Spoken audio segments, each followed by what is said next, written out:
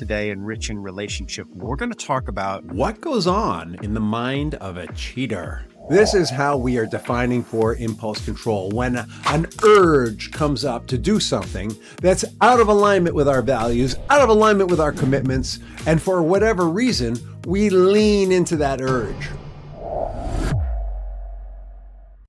Welcome to another episode of Rich in Relationship. And today's episode is Understanding the Cheater's Mindset. And it's a continuation of our Infidelity Unmasked series.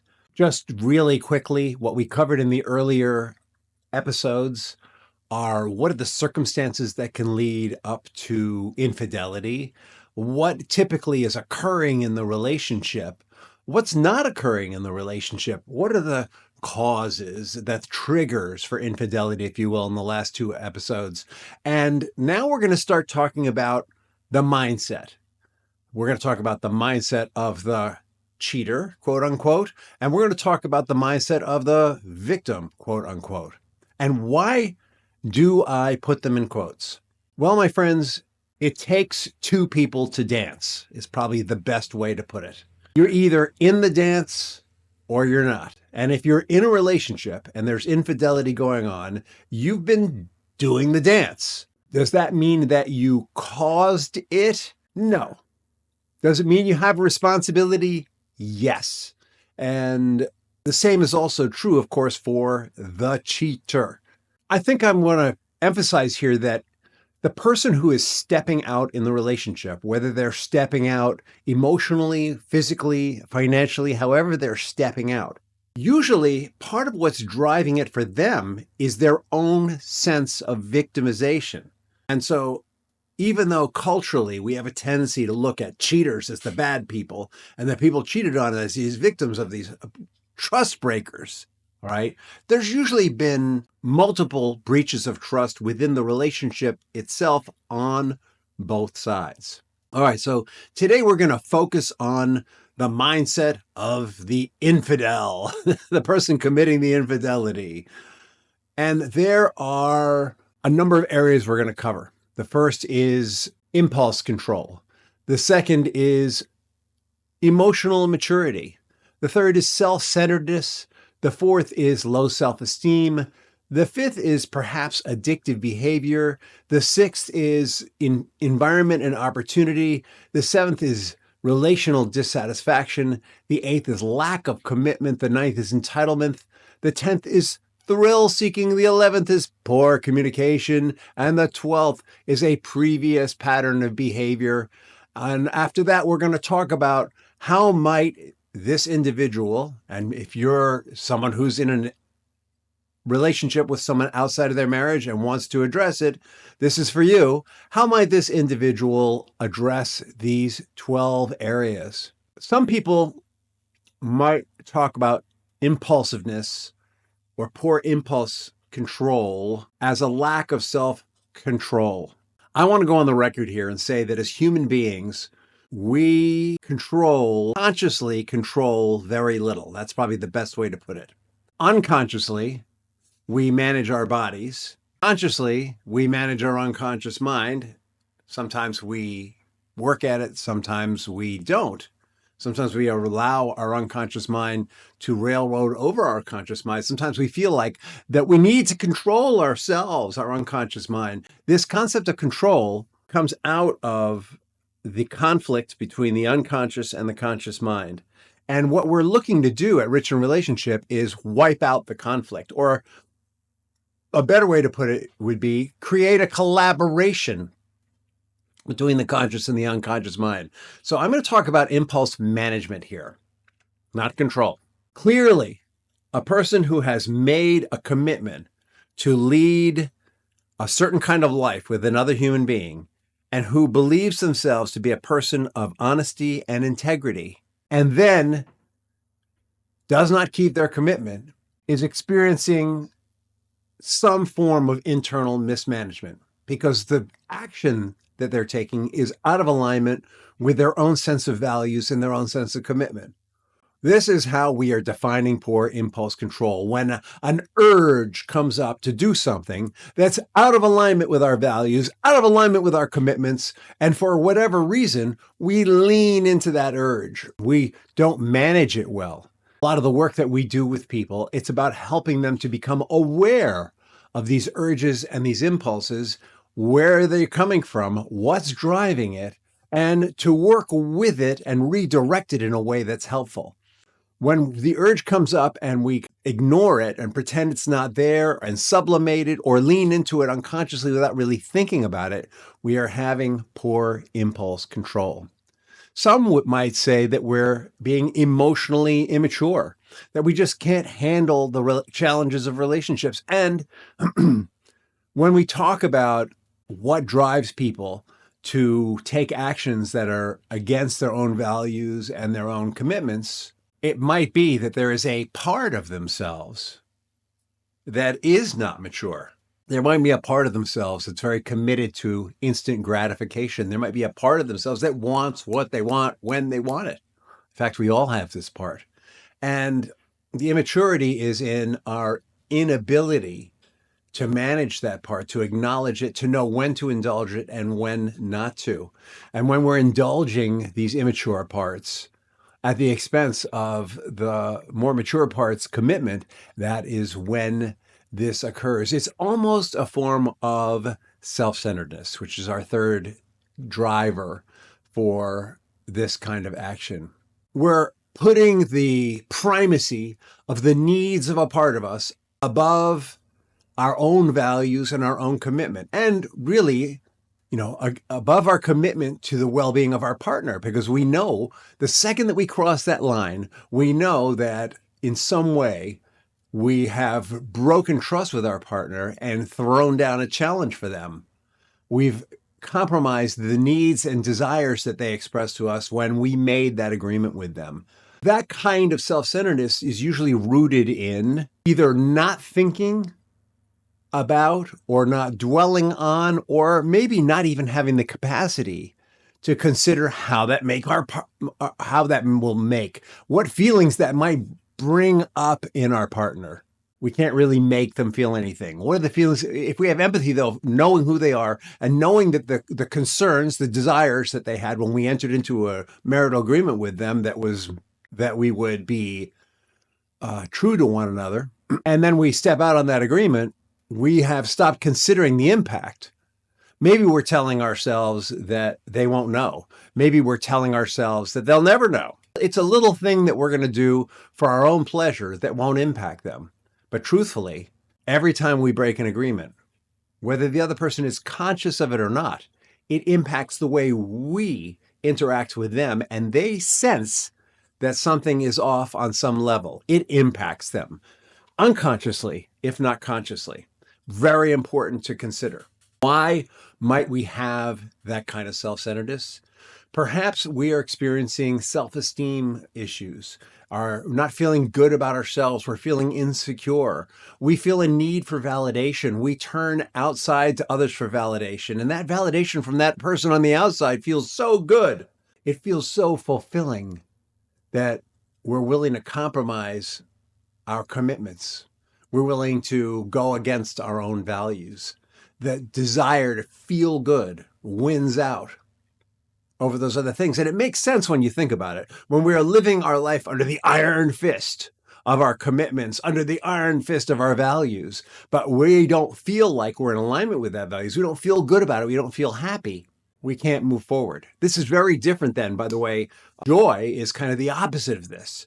Joy is when we feel secure and we are living by our values, even though it's driving some discomfort.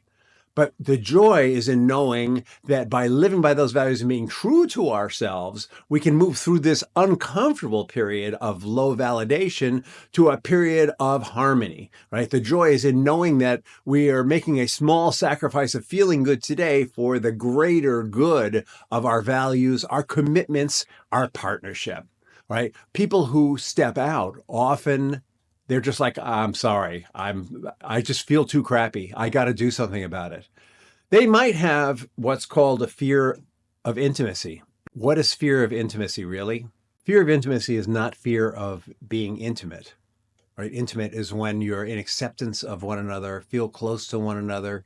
You are uh, accepting one another, farts, warts, and all, emotionally, spiritually, etc. That real intimacy is, all right, I see you for who you are, and I see you for who you want to be, and I see who you have been, and I can see that there's growth, and that who you are, warts and all, is really a truly wonderful person whose values and cares are in alignment with mine. That's real intimacy. So, can we really be afraid of that?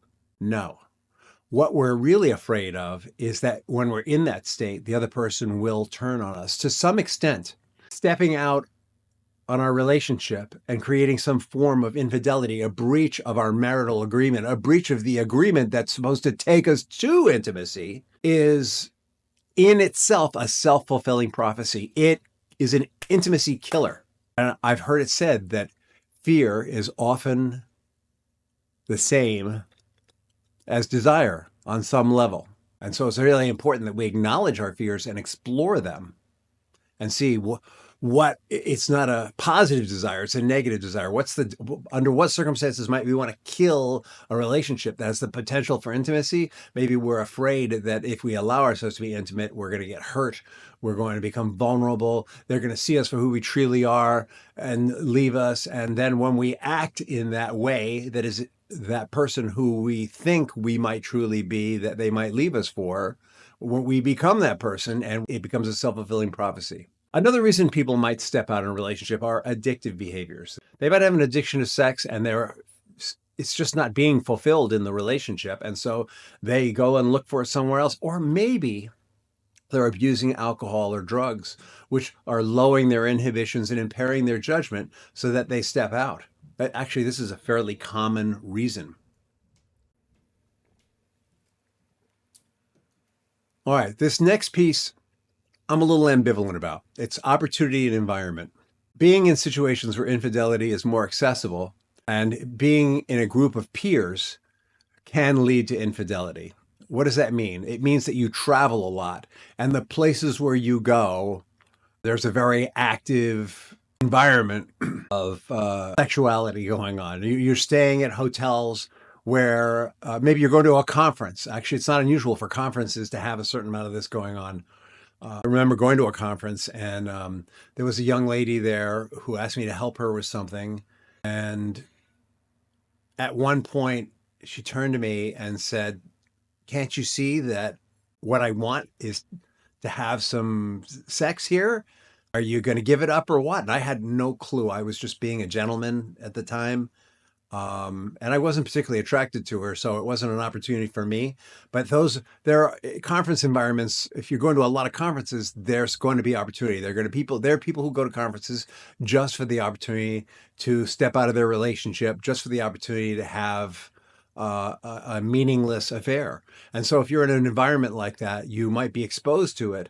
And the problem with opportunity is when we are weakened. Had I been in a different state when I went there, perhaps I might have had some interest, right? Also, if we're hanging out with people, if we have friends who advocate for infidelity, as long as she doesn't know, you might as well go, we're much more likely to give in under those circumstances. The truth is that we are as strong or as weak as the people we most surround ourselves with. So what kind of people on a regular basis are you surrounding yourself with? Are they people of integrity? Are they people who are vulnerable? Are they people who are responsible? Or are they people who believe that infidelity is normalized or encouraged? It's kind of like, it's almost like addiction. You want to remove yourself from people, places, and things that allow the infidelity to come up. On an even more extreme note, the circles that I operate in, for example, do not condone same-sex dinners with anyone besides their partner. Does that mean that I would never have dinner with a woman? No, but it does mean I'm going to be very careful about, number one, who that woman is. Number two, what the circumstances are. And number three, what the grounds are for that dinner. And similarly, my wife as well. My wife says to me she's having dinner with a guy. I will question her about it. I will make sure that her intentions are legit, that I will question her unconsciously even about it. Not like the third degree, but I'll let her know. I will let her know that from where I come from, her having dinner with a guy could be suspect, and that I'd really rather she didn't make a habit of it. Now, it might be that she has no other opportunity to get together with this person professionally, and the circumstances are such that makes it okay. But the important thing is that I don't just sit there and say, oh, you go ahead, do whatever you want. I let her know, hey, you know what? I'm in this. And I think that you should reserve your dinners and what happens afterwards for me. And so I want to know what's going on here. And by doing that, at the very least, it creates a boundary and a notification of what my intention is and what my commitment is. And when we just say, oh, I trust you, absolutely, and don't explore it, we open up a door, and this is going to really be in the next episode. What's the responsibility of the person who feels they've been cheated on? But when that happens, there's more opportunity for the person who has temptation to give into it. A huge contributor can be dissatisfaction with the relationship itself. Let's face it, if you are in a relationship where your emotional needs are being met, your physical and sexual needs are being met, how likely are you to step out? It's a lot less likely, all right? Stepping out is about needs. It's about having those needs met or not. And if they're being met, you're a lot less likely to look on the outside. It's also about conflict. Unresolved conflict in particular. It might be that you're fighting all the time with no resolution and you're sick of it and you want to go somewhere where there's some peace. Or it might be that you're not fighting, but there's disagreements that aren't really airing out and you're sick of that tension and you want to go someplace where there's less tension. This is really huge. I want you to get this. Lack of commitment. Sometimes these circumstances that we just talked about can lead to a lack of commitment. You can feel ambivalent about the relationship, and when there's ambivalence, the door is opening. You might have a fear of commitment. You might have a fear of long-term monogamy. You might feel entitled. After the way he treated me, after what he did, I'm going to go get mine. All right? I deserve to have my needs met, even if it hurts. I don't care because what he did to me, I'm going to pay him back. Justification comes from that. You might rationalize the infidelity as acceptable or deserved under certain circumstances. Or maybe you've just been in the marriage so long, it's gotten kind of stale. Yeah, you have sex, but it ain't that great. Yeah, you talk, but it's never that deep. Yeah, or you know what? Maybe it is deep. Maybe it's intimate and close, but maybe you need a little rush of adrenaline. You need a little thrill and excitement. So you go after that conference and the woman says to you, are we going to do it or not? And you go, what the hell? Let's do it. You're just bored and you need some stimulation. We all need to monitor our internal states and see, how are we feeling about our lives? Are we juiced about our lives? Are we on mission and purpose, or are we feeling a little flat or stale? And that's not an excuse to step out, by the way. It's on us to make it juicy. It's on us to get in and say, baby, things have been a little flat and stale. Would you wear this negligee I bought for you? Or, oh, handcuffs? All right, as long as I have the key. Whatever it is that excites you, go there. At the core of this are going to be two things: poor communication and previous patterns. All right. So if you're having poor communication, if you're avoiding issues, or if you are expressing anger in a way that's indirect, let's call it passive aggressive. If you're used to, instead of expressing your anger up front, if you're used to doing things that express your anger, little actions, then infidelity may show up as a way to continue to avoid or to be passive aggressive. It might be a little FU to the partner. And the previous patterns of behavior is really important also. If you have a pattern of being passive aggressive, and I think passive aggressive is given a bad rap, by the way. I think passive aggressive is not any worse than being overtly aggressive. Let's face it, aggression in a relationship is not a positive. If you have a pattern of this, you may also have learned growing up that under certain circumstances, infidelity is okay and even desirable. I have a client who grew up in a family where people stayed together no matter what, and it was better to commit infidelity than to leave. You just didn't talk about it. Of course, the problem was the partner doesn't always know those are the rules. So you may grow up in a culture or have a history or have learned behavior around infidelity that your partner has not bought into. And it is really important that that stuff is aired out and articulated. Pretending that you're in a monogamous relationship when really you want to be in a polyamorous relationship is disrespectful and a breach of contract with your partner. All right, the last segment is how do we address these behaviors, or how do we, honestly, pretty much everyone has some of this stuff going on in them. We all have the potential for infidelity. Everyone. That's why the statistics are 20 to 40% right now. Because out of those 12 things, I argue that any human being has at least 6 of them. How do we address these behaviors? Prayer, meditation, self-reflection and awareness. We need to be exploring those feelings. We need to be exploring those parts that are feeling entitled, exploring those parts that are feeling neglected, exploring those parts that are feeling insecure, exploring those parts that are feeling their needs aren't being met. We need to have some awareness of what's going on inside of ourselves. When we do business as usual and we don't self-reflect, that's when we set ourselves up for unconscious sabotage of our marriage. And that's when we feel like we're at odds with ourselves. That's when we feel like we're out of control. We can control ourselves. We need to improve our communication. We need to find ways to express ourselves responsibly so that the other person can receive what we're saying. And we need to make sure we're really hearing what they're saying. So often, disagreements, fights, conflict is about, I thought you said this, but you thought you said something different. Unbelievably common. We need to build bridges in empathy. We need to have a commitment to change not the other person, but ourselves. So often people who have infidelity come to me saying that other person has to change. It's not about them. It's about changing ourselves. We need to learn how to manage the parts of ourselves better. It's interesting. The cue on my screen says develop self-control. Self-control is overrated.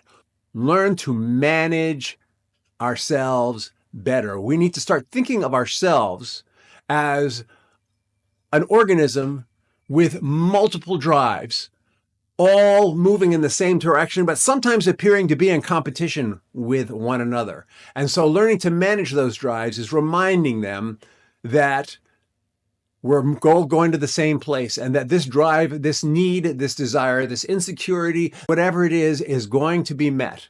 Maybe just not in this moment with that person. We need to strengthen our relationship skills. But here's the big thing. We can't strengthen our relationship skills with others unless we strengthen them within ourselves. All right. And that really requires outside help a lot of the time. We can journal, we can meditate, we can pray, we can read self-help books, all that's good. But sometimes it's like the instructions are on the outside of the box and we need someone else to read them to us. And if you're finding in this moment that you are in an infidelity loop with your partner, either you're the one stepping out or they are, and you want someone to read the instructions on the outside of the box, just give me a call. rich@richinrelationship.com, or go to richinrelationship.com and just schedule a free call. I've got all kinds of tools that can help you through this, or better yet, come to our infidelity workshop in the beginning of June. I'm going to look at my calendar here.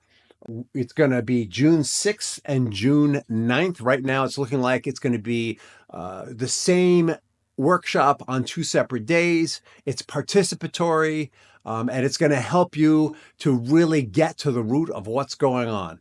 With that said, thank you for coming to another episode of Rich in Relationship. And the next episode is going to be all about what about the person who's on the receiving end of the infidelity.